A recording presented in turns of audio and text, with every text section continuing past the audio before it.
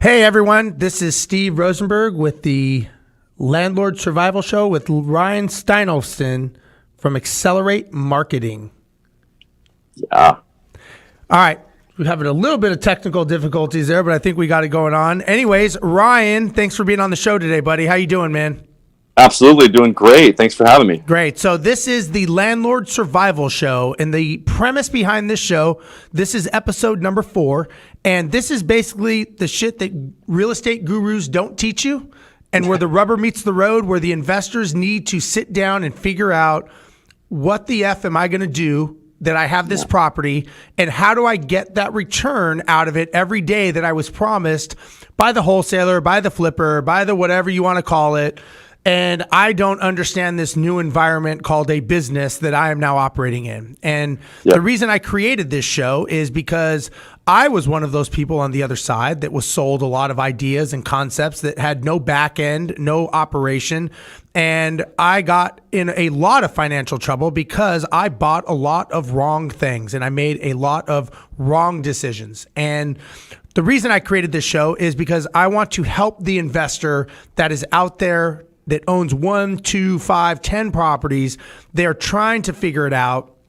They don't know all these added things to the environment of the quote unquote real estate investing world, because they got into this world of investing because they wanted a retirement, they wanted security, they wanted cash flow, they wanted all these different reasons, but they didn't know about these things called marketing, and they didn't know about these things called evictions, and they didn't know about these things called property code and all the scary things that get investors in trouble, or the lack of knowledge that gets them bankrupted. So we created a website. It's called selfmanagemyproperty.com, selfmanagemyproperty.com. When you go on that website, you're going to have the ability to see all these forms that you can download for free. You can see the Ultimate Landlord Survival Handbook. On this handbook, we have things that people should know about, like how do you deal with an eviction if you only do with 1 or 2 over the course of your career as an investor? How do you vet a vendor? How do you market a property? If you only do it once every couple years, you're probably not going to be pretty good at it, and you probably need some sort of reference manual to make that work. And when you go to our website, selfmanagemyproperty.com, you have the opportunity to get this manual so that you can have it and use it as a reference guide. Don't use it as a book. Don't read it cover to cover. You can, but I would suggest you use it as a reference manual. And part of this whole concept of owning properties, a big part of this is when you own a property, the only way this works, the only way that this happens is you have to get it rented. You have to understand marketing. And I've got a very, very good friend on the show today, and we're going to talk to him in a minute. But one of the things that I have realized is when you own a rental property, you own 4 walls and a roof. The business that operates inside of those 4 walls and a roof are your rental property business. And inside of that, you have a lot of different sets of operations. You have accounting, HR, IT, sales, marketing. All of this goes into one little tiny rent home. The challenge is, the reason 1 out of 3 landlords fail is that they don't understand that they are running a business. Everyone else knows that they're a business. The IRS says it. Fair housing, discrimination. All these people say they're a business. Even Google says it. The one who doesn't say it is the actual investor. So, Ryan, I got my good friend Ryan Steinolfson. How'd I get? Did I get it? Pretty good, yeah. Not bad, not bad. So I got Ryan here from Accelerate Marketing. Ryan, thanks for being on the show today. I appreciate it, man. Yeah, no doubt. So yeah, you're exactly right. I mean, the one of the most important things, obviously, is to know how to market the property. And if you have 1, 2, 3, 4 properties, then you've got to get those properties marketed. And so there's a lot of ways that we've worked with a lot of different property management companies. We've worked with a lot of different companies over the years.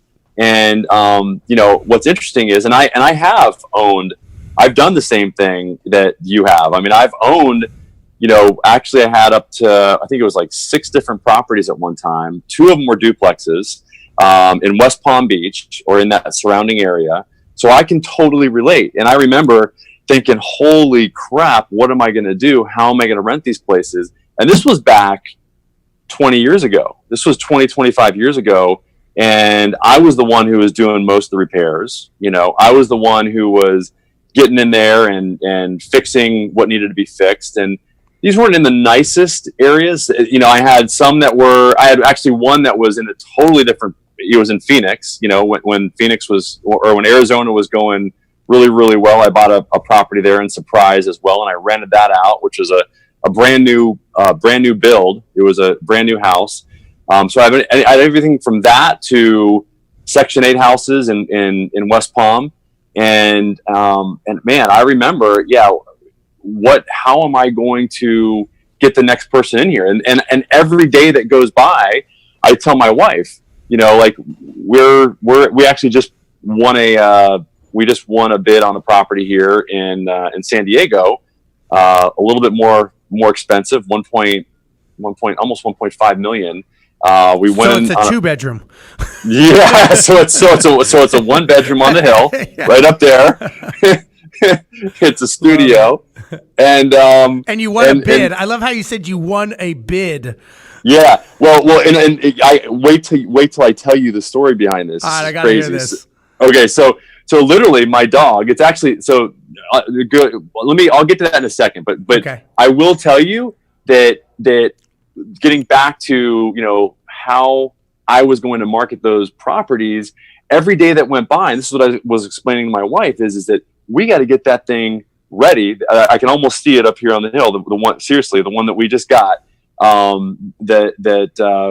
won the bidding process with. We didn't get quite into a bidding war, but that's the story I'm going to tell you about, is how we actually won this thing, and we appealed to the emotions of the seller. Because the seller had owned this thing for 45 years originally. Wow. It was the original owner, and they just wanted to have something commemorating, and they wanted this in the contract that we would have some memorial there on the property, memorializing the property. And he said, you will win this property as long as you put that into the contract, that you're going to make that a part of the deal.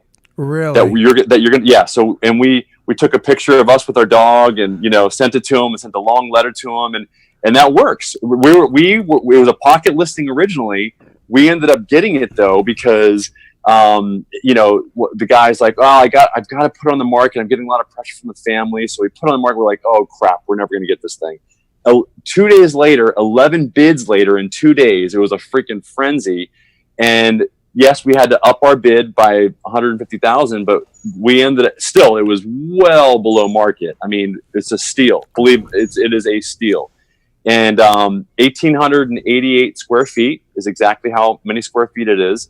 And yeah, man, we are super stoked to have gotten this. And I think it was the picture with the dog and the letter and the memorial thing that I know that actually ended up getting it. So as I throw the ball to Ace, so he deserves it, right? So he was a big part of it. That's right. So let's talk about that for a second. Let's talk about the real estate industry, because a lot of people and I think a lot of these investors that are new to this business think that they need to come in and look so professional, and they need their stupid shirts with their logos, and they need to brand their cars, and they want to come in with these fancy words, and they want to almost talk down to owners of properties. Now, right. You went the complete other way, and you're like, look, man, this is me and my family. We're going to make a memorial. This is Ace. We're hanging out. We love it. Yep. And so a whole different, if somebody was an investor and they walked in there with a clipboard and started ripping that guy's house apart, and they had their fancy shirt on and their business card, what are the odds of them getting that property? Not very good. I know, because we were patient. It took about another month and a half to actually win the thing, but we were patient, and we went the route of sending the long letter of why we wanted it. And when we fix this thing up, I'm telling you, it's going to be worth 2.5. It's going to be it's going to be a nice turn. And to your point though, is like, Darcy, I have to give her credit. I mean, my wife, like, she's an interior designer. You better give her credit. Right. Oh my gosh. And it was like we went in there with, and when I heard that it was a pocket listing originally. I was like, let's go look at it today. And then when I heard that it was going on the market, I was like, babe, we lost this thing. You know what I'm saying? Right. And it's going to be a feeding frenzy right now. We're never. Right. And it was for the most part, but what broke through all that was just the transparency, the honesty, the, hey, like, this is who we are. This is what we want. It wasn't it was the opposite. It was like, look, we want this to work for you. We want to do, we want to honor what you guys, have had here for the past 45 years. Basically like the legacy, right? Yes. Yep. And, so it's going to be, we're doing our best to make it a win-win-win. And, and getting back to the point of marketing that thing, I'm telling her, I'm like, babe, and she's already been over there. We're going to close on this thing in like 12 days, really fast, short close time. And bottom line is that we are ready to hit the ground running, because every day that place sits on the market and is not sold, or for the guys that are renting, the guys that are listening, or not rented, is you might as well have just a window open with money flying out that window, because that is exactly what's happening. And you can calculate that, if it motivates you, exactly how much you're losing every single day that house isn't sold or house isn't rented. It's not a very hard calculation to make. It's pretty darn easy. Whatever your rent is, divide that by the number of days, and that's how much money is flowing out that window every single day. So let me ask you this, Ryan. Let me ask you this. So what is that? Let's just start with did you get the bald ace? Yes, he got it. Good. Okay. So what's the strategy of buying this house? What is your strategy? Let's break this down, because a lot of these people are flippers and wholesalers that watch this show and that are on the Facebook group and all that stuff. So let's talk about the strategy behind it, because so many people buy a deal. Let's say you weren't as experienced as you are, and you may have just said, that's a good deal, let's buy it, without a strategy, which could obviously make you go bankrupt in a very quick hurry. Yes. What is your strategy with this deal? So our strategy with this deal is to buy it, get that thing, just as cherry as possible, as quick as possible. We partnered with the guy that Darcy works with, day in, day out, who's a contractor. And so he is motivated. His butt's on the line. He's in the deal. So he's super motivated to get this thing turned as quick as possible as well. And Darcy is going to use her amazing skills that she's got in interior design to get this thing literally like move-in ready. So the strategy is to get in there, get this thing turned around, and just looking as great as possible. I mean, if you saw it, literally everything's original in the house. It's literally looks like a Brady Bunch house. I could seriously show you pictures, and you would just be like, holy cow. But when you get to the back of the house, that's when you literally look down on the entire span from La Jolla all the way to Carlsbad. You can see. It's wow. Literally, it's from 2,000 feet up on the top of the mountain here in La Jolla it's just amazing. And so when I saw that, I was like, oh my gosh, like, this is unbelievable. I'd love to live there, but I also know that this is just the first of many, and that's what we're treating it as. Our strategy is to take that money and to turn it right into the next one, so that we can, buy and do the same deal, and just basically take that money and roll it right into the next deal. So is this a flip, or is this a rental? What's the plan on this? It's a flip. So we are flipping it. We're going to sell it as quickly as we possibly can. We've already got the real estate person ready to take this property and to put it back on the market. Our goal is to get it back on the market in November. We're already planning on having a party there. So it's going to be a month and a half, maybe 2 months max. Okay. Because we need to be there for the season of when people are buying. And that's about November, December is a big time that people buy properties around here. So you bought it for 1.488. 1.488. Yeah, a bunch of eights. All right. And you're thinking it's going to go for you're thinking 2.5? Yep. And so we're going to put about 250, 300 into it. So you're into it. Let's say you're into it for 1.5, and then you're going to be into it for 1.7. Let's just say 1.8. Yep. And now let me ask you this: do you account for any overages or contingencies? What do you have in there for contingencies? About $100,000. Well, for obviously the hold time, for anything that goes over, if there's anything that needs to be done for, just anything foundationally, anything else that we just didn't account for, about $100,000. So I'm counting on $200,000 in just, hold time and contingencies. So I'm thinking that we're gonna walk with $500,000 and split that between the two of us, so $250 each. So $250 each.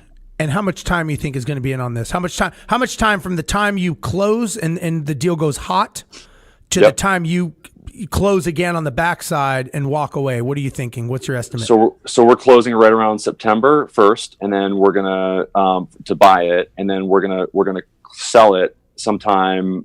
We think we're praying that late November, between December 1 and December, the end of the year. End of the year. So you're looking at. So you'll make $250K in 3 months. Yes. Give or take, right? Yep. That's not a bad gig, man. No, and we just want to move that right into the next one, so that we can just not pay the taxes. Hopefully, I don't know if we can. That we're going to look into that. I mean, and we've got some other vehicles that we can use in order to defer the taxes on that as well. Sure. So okay, so let's talk about this house. We'll keep going down this path there with this house. So yes, you are a marketing expert. Okay. Yes. So how does after this I want to talk about what you do, but I'm going to take a wild stab here, Ryan. Yeah. Yes. And I'm going to say you are not going to just let an agent take this and say, I'm going to put it on the MLS and it's going to lease, because you're going, BS, that is not how this works. So walk people through. First, do we want to talk about what you do first and your expertise, or do you want to talk about the first part? Okay, so what I do is I consider myself a growth hacker. So I help businesses grow, and at least my goal is to help them double within the first 6 months to 12 months of us working with them. And we do that through a system that I've developed called the 5 C's. It's the 5 C's to consistent cash flow and conversion. So basically, the 5 C's, the first component of the 5 C's is customer reviews, which we did with you, 5 years ago with your company. And that is foundational, because without a great reputation, it's really tough to do any of the other components. The second C is connections. So connections meaning setting up your directories, setting up what you had said, your Google My Business page. Yes, Google does recognize that you've got a business. If you have an address, guys, if you have an address, even if it's your home address, you can claim a Google My Business page if you want to build up a great reputation, so that you can convert a lot more of the people that actually call you up, so that you can say something like, hey, don't just trust me. Go to our Google My Business page, look at the reviews that we have, and look at the people that we've helped and what they've said.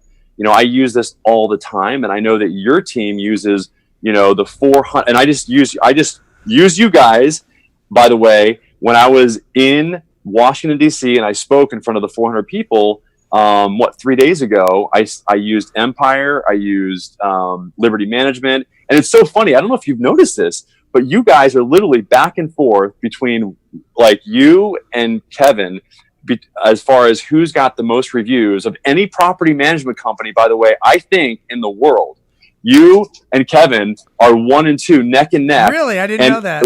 No, dude, it's seriously, it's spooky how close you literally, it goes back and forth. One day you'll have 451 and he'll have 450, and the next day you'll have 452 and he'll have 451. It goes back and forth day to day. It's so funny. Really? But my point is, guys, did it take a long time and a bunch of stages and a bunch of asking for his entire team and us to educate his entire staff and even his virtual staff? I'm referring to you, yep. Steve. Yeah, it took a lot of that. It took all that so that they could become the number one property management company out there in terms of how many reviews that you have. And does it translate into phone calls? Yes. 200, and you're not the only one. It's not just coincidence that you and Kevin Knight both have over 200 inbound phone calls of people every single month calling you that are pre-qualified and pre-sold. Why? Because when you show up on the maps, when somebody types in property management Houston or property management San Antonio for Kevin, and they see you on the maps and they see 450 5-star reviews, and you've got a 4.8 or 4.9 star rating, and your next closest competitor has 35 reviews or 40 reviews at 1.9. Yeah, at 1.9. It's like, who are they freaking gonna call? Yeah. You know? Yeah. So anyway, yeah. So let's equate that. Since we're going down this path, let's equate that to the investor or the flipper, the wholesaler that's trying to get his business going. How essential is it in the know, like, and trust to establish that by having a review? Do you just right out of the gate, like you're Googling, what is the psychological thing that goes through that makes that happen? Well, you mean on the part of the person that's actually Googling, like what happens in their mind? Like, yes. What are they? Okay. And that's a very interesting question, because I have actually interviewed people once they made a decision to actually go with our customer as to why they did that. And it drives Darcy nuts, because the first thing I always ask her is how did they find you and what really got them to take the action? Yep. And 9 times out of 10, they say, well, it's the same story. I Googled property management, or San Diego, or property management Houston, or property management San Antonio, or interior designer San Diego, and I found your business on the maps, your Google My Business page, or I saw Yelp, and then I went into Yelp and I saw you guys show up on the Yelp directory. Or for Darcy, it's I saw you show up on Houzz, which is a directory specific, industry specific directory that she showed up on, and I saw your reviews and I saw some of the work you did, and it was a no-brainer, and so that's what mentally goes through people's mind. And even here's the other thing I want you guys to understand. If you are referred by somebody else if somebody's referred to your business, the first thing they're going to do is they're going to type in your business name and the city that you're in. So if you don't know what your reputation is, even if you're I don't know what the name of your business is. Hopefully you have a business name if you're actually like doing business. And by the way, you can set up not just a Google My Business page, set up a Facebook page, set up a public figure page like Steve has, in other words, I'm just trying to tell you, there's no excuse to not have a place or a repository for you to have reviews go to. There's not an excuse that you have to not have a place for people to leave a review for you. Yeah. And that's how it correlates to the investor. Because there's, for goodness sakes, at least LinkedIn, but for sure Google My Business if you've got an address or whatever, and Facebook and Yelp, and set up those directories and ask for reviews. That's the key. 80% of people that are asked for a review will leave a review. Yep. 80%. And don't just ask for, oh, Steve was great. No, make it what we call an actionable review, which is one that actually has some teeth to it, has some meat on the bones, where it's like people that read it are going to be able to say, oh, that's the reason why they did business with them, and make it, we call it a 2W testimonial, which is what benefits they received and why they would recommend you. Not just Steve's great. It's no, Steve's great. He made it because his property management company is great. He made it so that we had zero time on market, because we literally got one renter out and the next renter in. So there was no money flowing out of my window every single day that place was unrented. Everybody was happy. Steve was happier because he made more money. I was happier because I made more money. Everybody was happy because he has a great marketing system to make sure that we turn these properties as quickly as possible. I was never able to do that when I manage these properties myself. I actually make more money because Steve's managing my property for me. Thank you very much. What I'm saying? Like, that's a great, And for the people that are out there doing the flipping and the wholesaling and all that stuff, it just goes to show that is actually how you establish that know, like, and trust, because there are some very reputable companies out there. If you have a bunch of rental properties and someone looks you up and they see nothing but bad things written about you, even if you only have 5 properties or 2 properties, look, we all know that it just takes a second for someone to say something bad about you on social media, and it takes a lifetime to try to recover from that.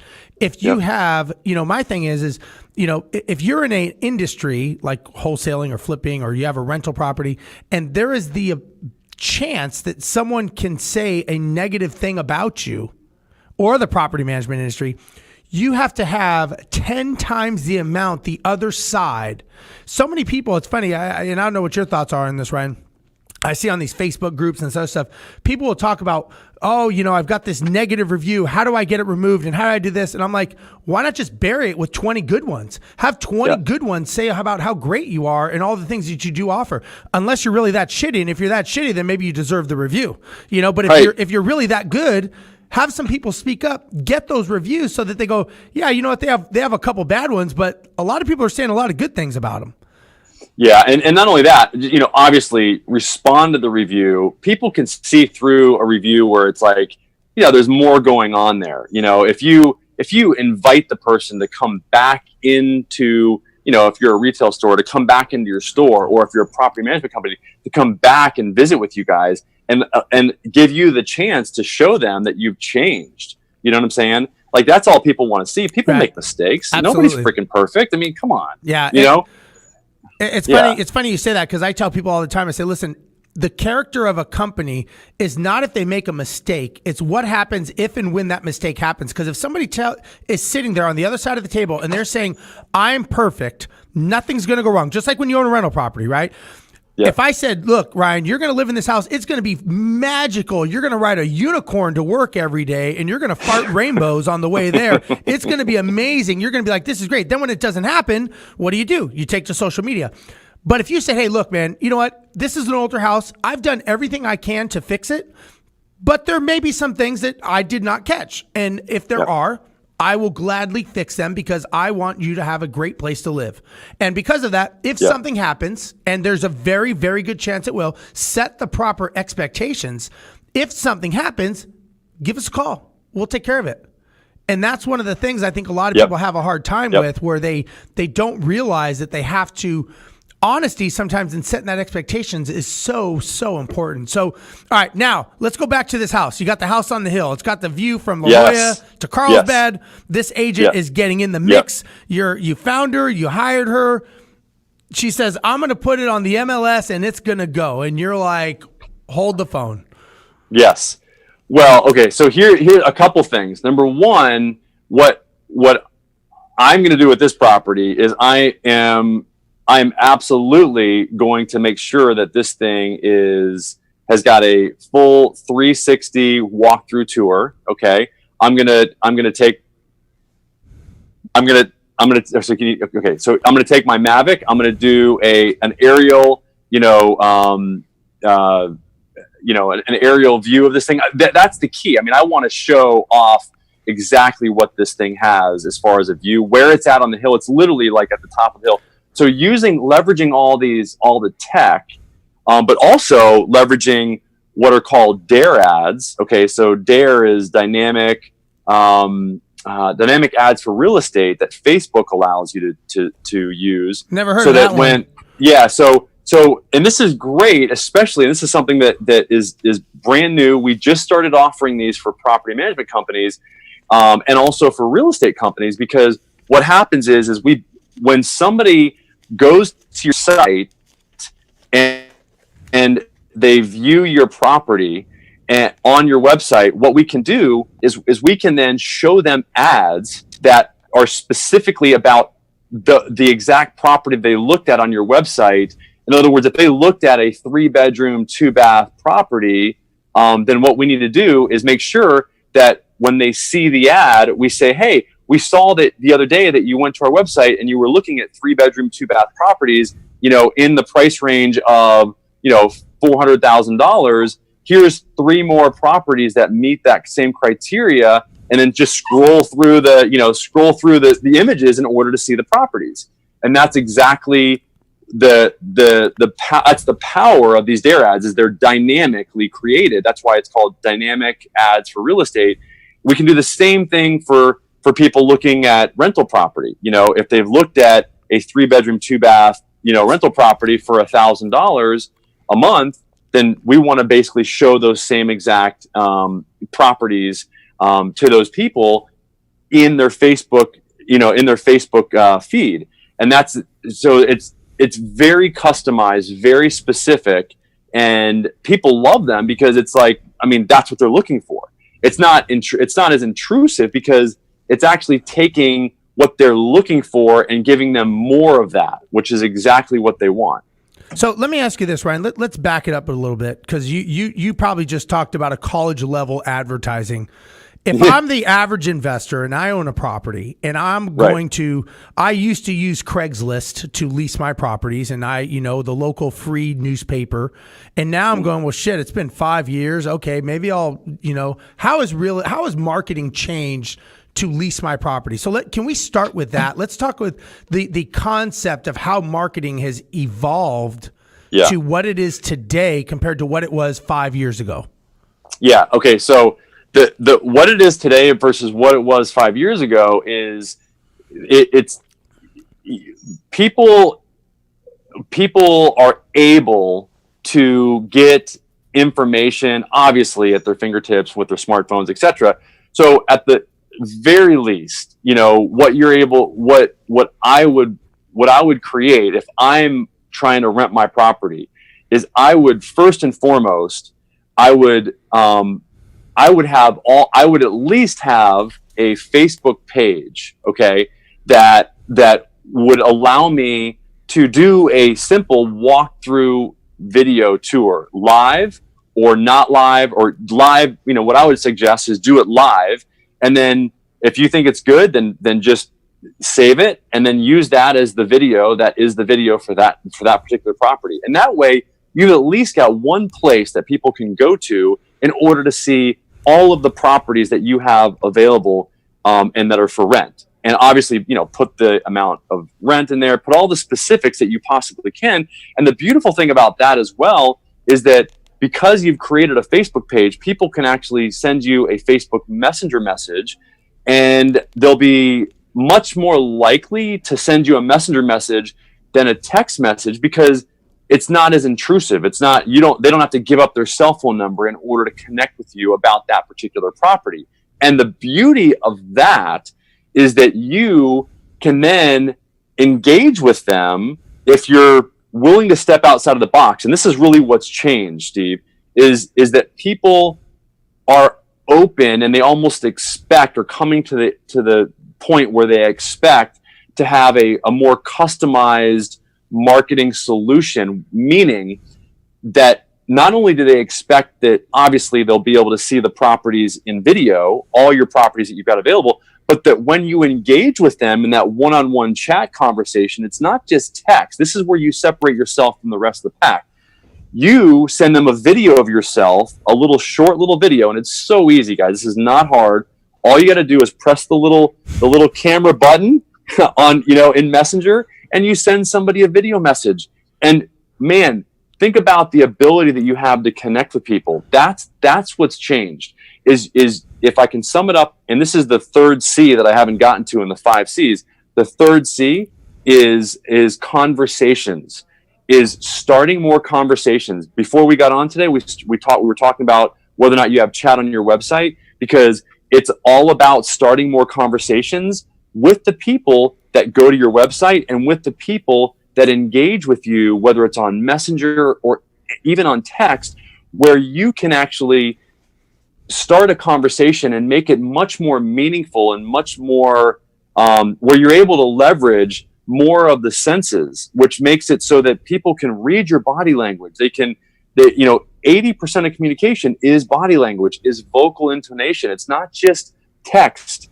People can't really build that, what you were talking about earlier, that know, like, trust relationship with you if they can't see you, they can't hear you.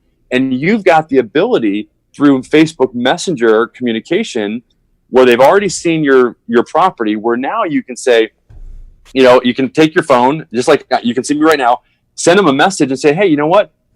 I'd love to connect with you. Here's the property. I'm going to send you some more pictures of the property. Here's a 360 degree live video of the property, etc. There's a lot. My point is, there's a lot of ways that you can actually engage with people and take it to the next level, and with that type of a strategy, and it's simple. So let me ask you this, Ryan. This is a little bit of a sidetrack, but it's also in line. So just hear me out. My understanding nowadays, when it comes to marketing, is the 800-pound gorillas of big companies. Let's talk real estate, right? And when you have the large scale, the Keller Williams, the Remaxes, all those things, people want to know more about the person and the personal characteristics of that person than the branding of the large company. So for example, they don't want to know the CEO, they don't want to buy Coca-Cola. They want to see what the CEO of Coca-Cola does on Facebook and the internal intricacies of his day. Would you agree with that concept of how things have shifted?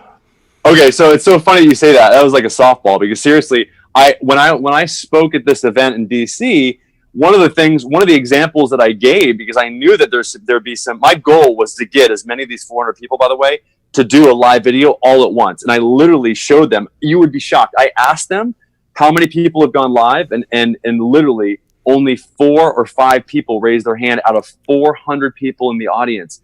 I was like, all right, guys. And Lance, who put this whole event together, he said beforehand, he's like, I would love it if you guys could leverage your influence that you have with the people that you're connected with on social media. And if you could, if we could figure out a way to do that. And I was like, well, it just so happens that we can do that. Let's do it right now. And I literally screenshotted all the steps they'd have to do in order to actually do a live video. And so we got 50 of the people to go live all at once in that room. That's cool. And it was really fun. People were like helping each other, and they were going live, and they were showing me on stage, and it was something that you might want to consider doing. Now you'll thank me later for that. But that's a great fun little tip to get the engagement started in an audience. I've done that before, but not on that large of a scale. It's kind of tough to rein them back in again. But my point is this: is that one of the things that I talked about, because I knew I had to convince some of the people that were there, they were bigger, big hitters, and because they were like, well, who's watching live video? Who's doing live video? And I'm like, okay, how's the CEO of a Fortune 100 company that just, T-Mobile, who just merged with Sprint, and now they're probably a Fortune 50 company, John Ledger, he does slow cooker Sundays. 2.2 million views a week ago for slow cooker freaking Sunday. Look it up. Type in John Legere, Legere. You will freaking flip out. 2.2 million is what he regularly gets on his slow cooker Sunday shows. And that's the personal side of him, right? Is that Yep. So let me ask you this. So kind of bringing this back to owning a rental property and marketing it. Is that what people want? Do they not want, let's say, the realtor that just puts it up on the MLS with no internal communication and connection with the property and the person selling it? Do they want that virtual interaction now? That's exactly what, I'm learning from John Legere, however you want to pronounce it, and things that I've done myself. I mean, I was the first guy to ever do live video and, while scuba diving, and what I learned in that process and going kite surfing is that people, they want to see the world through your eyes. They want to know what, they want to see that, and they want to know what makes, Steve Rozenberg tick. And they want to know what makes John tick, and they want to know what makes me tick, and they want to know, who they're dealing with. Right. You know what I'm saying? And there's really no better way to do that than to be open. And I always laugh when I hear people say, yeah, I'm under the radar, man. Like I don't give out my, blah, blah, blah. I'm like, dude, yeah. First of all, you're not that good important. Luck with that. Yeah, first of all, you're not that important. Let's just establish that, number one. Number two, nobody really cares about you, and when you don't have any influence, nobody even sees you. So I think the biggest challenge, and I spoke when I was in Australia, I was speaking about this, in marketing is our biggest challenge of everybody is obscurity. And it's getting obscured out there where you just get thrown into the mix. And, I think that's why, guys like The Rock and other people do so well, because they show that personal side of what they do and who they are. And I think that relates to, I know we kind of getting off track here with renting your property, but I think it just goes to show that, if I have a rental property that I'm trying to sell and I do a personal live video walkthrough, and I'm reaching a larger audience than if I was never on Facebook at all. And same thing with the guy, the T-Mobile guy that's doing the slow cooker, right? If all of a sudden he starts pontificating about something personal in his life or something going on, he just reached 2.2 million people like that immediately. You can't do that in any other medium. With his smartphone that's sitting in the back of his pocket, like he literally just turned it on. Like it's so easy, like it's too easy now. Right.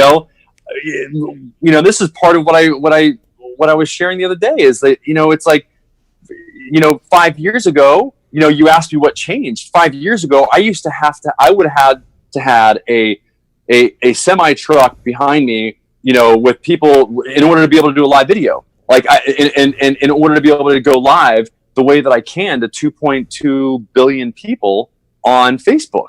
Right. Now I just whip out my phone and I press the go live button and I'm live and immediately I've got an audience. And that's the power. When back in the days of Google Hangouts, when we could go live, but we could go live to Google Plus, like who's on Google Plus? Like I had no audience there. Like it was crickets. Nobody would show up. But now I can go live to Periscope and my audience is whoever is following me on Twitter, which is a lot more than on Google Plus, and Facebook, whoever's following me on Facebook, man, like that's a huge opportunity. I mean, I can literally engage with my entire audience, and one of the ways that I've leveraged that is if I have a need, and I need to remind myself to do this. I mean, if I have a need, what I've done, and this is how I found my best employees, is I've actually gone live, and I've said, hey, look, this is what I need, this is what I'm looking for.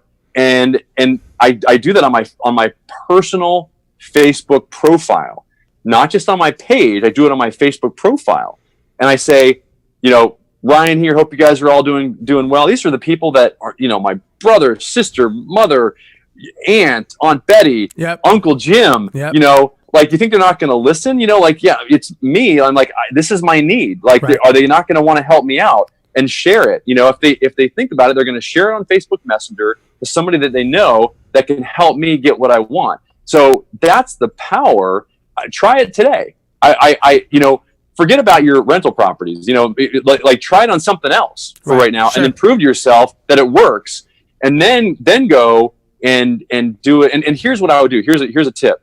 If you're concerned about going live, go live to one person. You can go live to one person on your Facebook profile. Get comfortable with it. If you've got and do the walkthrough tour, if you feel comfortable with what you've done there, then share that video to your page. Okay. Once it's in the can, once it's recorded. Okay. So it's a two-step process. Go live to one person that that you don't care, what they know everything about you, so you can mess up and it doesn't matter. And then if it's good though, save it, save it to your camera roll and save it to Facebook, and then share it to anywhere else that you want it, share it to your page. But then when it's on your camera roll as well, then also upload that to your other channels like YouTube and other places like Instagram TV, IGTV. Now you can upload videos. So you've got 3 different channels you can go to: Facebook, YouTube, and IGTV. I would definitely send your video once you've got it in the can, once you feel comfortable with it.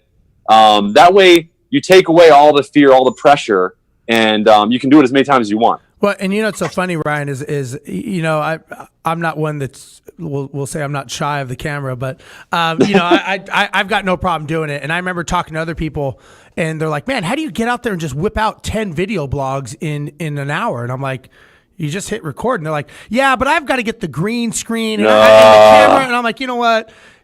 just stop. Like, first of Yeah. all, let me just tell you this. Nobody cares. Nobody cares if you mess up. Nobody cares. It doesn't matter. The only person that cares is you and your ego. So put that aside, hit that little button, and just start talking. And I tell them, listen, I guarantee you your first video is going to be really shitty. It's going to suck. And maybe your 10th is going to suck, and your 20th. And you know what? Every time you're going to suck just a little bit less. And by the time you're done, and when you have your 500th video, then you're going to be a lot better. And that's what we do. We're creating an Empire Academy. It's more internal usage for our employees, but we're doing scripting and role playing. I'm doing 25 to 30 videos a week just for internal usage of our staff, not counting the video blogs, all the video content I do and all that stuff. But in any event, let me ask you this. Where do you see marketing going? I see marketing going into Dare, like dynamically created ads that are super custom based on the past experience that person has had on a prior platform. Meaning this, and that's why Dare is so powerful. Is so somebody went to my website. They were looking for 3-bedroom, 2-bath, $300,000 houses. I want to only show them 3-bedroom, 2-bath, $300,000 houses until they say that they want to see something else. And that's the experience. It's a super custom experience that people are going to come to expect in the next 2, 3, 4 years. But for right now, you can very easily create an ad from that live video and send it out to people that are looking for properties in your area, or that are looking for rental properties. You can identify those people, and so you can keep it super simple right now. But that's where I see marketing going, is where people expect a custom experience in terms of what they see in an ad, and then I'll take it one step further. Is the expectation is that there is going to be a bot or some automated conversation that started immediately, so that they can get answers to their questions about that property, either on Facebook Messenger or on iMessage or on any of these platforms or on your website, until somebody that's real flesh and blood person comes into that conversation in order to answer the questions that the bot wasn't able to answer. People are okay with having a conversation with a bot. They prefer it because they can actually get answers in real time immediately about the property or whatever it is that they saw in the ad that was a custom ad based on the prior engagement that they had with you. So it starts with the Dare ad that's super custom, or a Dare type ad based on their prior experience that they had on your website, and then going into a conversation that is immediate, so that when they show up at your storefront, just like in Blockbuster and some of these stores, when Blockbuster, when Blockbuster used to be in existence, people used to say, it was like, hey, how you doing? They used to greet people, and that's the same experience that you want to have with your company. Is people want to they want to be greeted when they show up on your website and when they show up anywhere. So anyway, that's where I see it going. So let's talk about this. Time frame wise, are you thinking, like, it sounds like basically it's going to get more and more specific in what people are looking for. And so you go from a Craigslist ad, or you go from something that is so far off the plate, to now all of a sudden it's getting more narrow, where people say, you know what, I want something that's only on my street. Don't even bother me if it's not on my street and the house is not green and it doesn't have this, and this. So it's basically getting finer and finer detailed, right? So what kind of time frames are we talking? Well, time frames, you mean when this is going to start happening? Well, I know it's already happening, but when is it going to be like that is the norm? Well, and you see this stuff in movies like Minority Report and like, what was the most recent one that was the remake with I'll think a Blade Runner. You see these ads and there's these holograms of, oh, hey, how you doing? Blah, blah, blah, and that's the reality. That's not far off. But it's not far off. I mean, where it's like, I saw that you were looking for 3-bedroom, 2 baths. Would you like to look at this one? I would say like that is absolutely happening right now. And the expectation of people, as people see this more and more, you're looking at a year to 2 years, 3, for sure 3 years off is where it's going to be standard. So let me ask you this. We got about 4 minutes left. Give me your thoughts on the Alexa Google Home. Alexa Google. Okay. That's huge because it's the same for the same reason we were talking about. Search is now, what are the numbers? I had them the other day because I presented on this, but it was somewhere between, around 10%, 15% of searches are now voice searches. Yes. So it's restaurant, Alexa, restaurant near me, and then basically if you're not showing up in Alexa and you're not on that, if you're not on that list of, so, okay, and this is where you've got to think about. This starts getting even more complex, right? Yeah. Well, but like Google Home, who do you think the search engine is going to be? It's going to be Google. Sure. So you want it. So now Alexa is probably. I think Alexa's got a partnership with Bing. So this is where Bing comes into play. You want to think about these partnerships that these various these voice systems are using, and bottom line is that it's the same thing though. If you're not in play on what you're seeing visually, then you can pretty much guarantee that you're not in play in voice search. It's the bottom line. Yeah. Okay. Yeah. And so let me ask you this. Apple, why don't you think Apple has gotten into this game yet as extensively? Well, they have. They have the. They have, but it's not doing as well. Why do you think that is? What are your thoughts? Well, they're just a late comer. I don't think they saw it coming, and Alexa is just all over it. Like Amazon, this is why Bezos is just crushing. I mean, it's like, and same with, and now Google is in a bigger way. But why didn't they know that is the future, and we already see it happening, and we see that now. Like I said, 10 to 20% of searches are voice. I would never have thought that. Yeah, and pretty soon, if you want a house, pretty soon you're going to say, "Hey Alexa, find some houses for rent near me," and it's going to go, "These are the houses near you." Boom, boom, boom, boom, boom, and you're going to be like, "Holy shit, man!" Yep. And this is why you want to have your properties, everywhere listed on all the different, on all the different systems that you possibly can. Yep.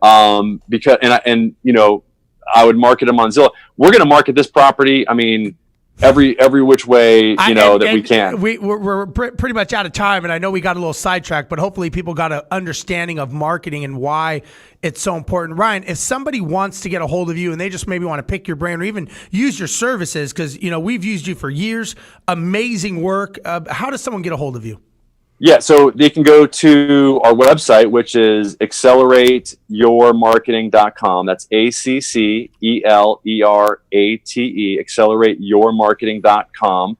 Or you can just call us or text us even at 619-304-5155. So that's, again, 619-304-5155. And you can text. That's our company phone number, and it's our text number as well. And I'll respond, or somebody on my team will respond via that phone number. I love when everybody does the thumbs when they talk about responding.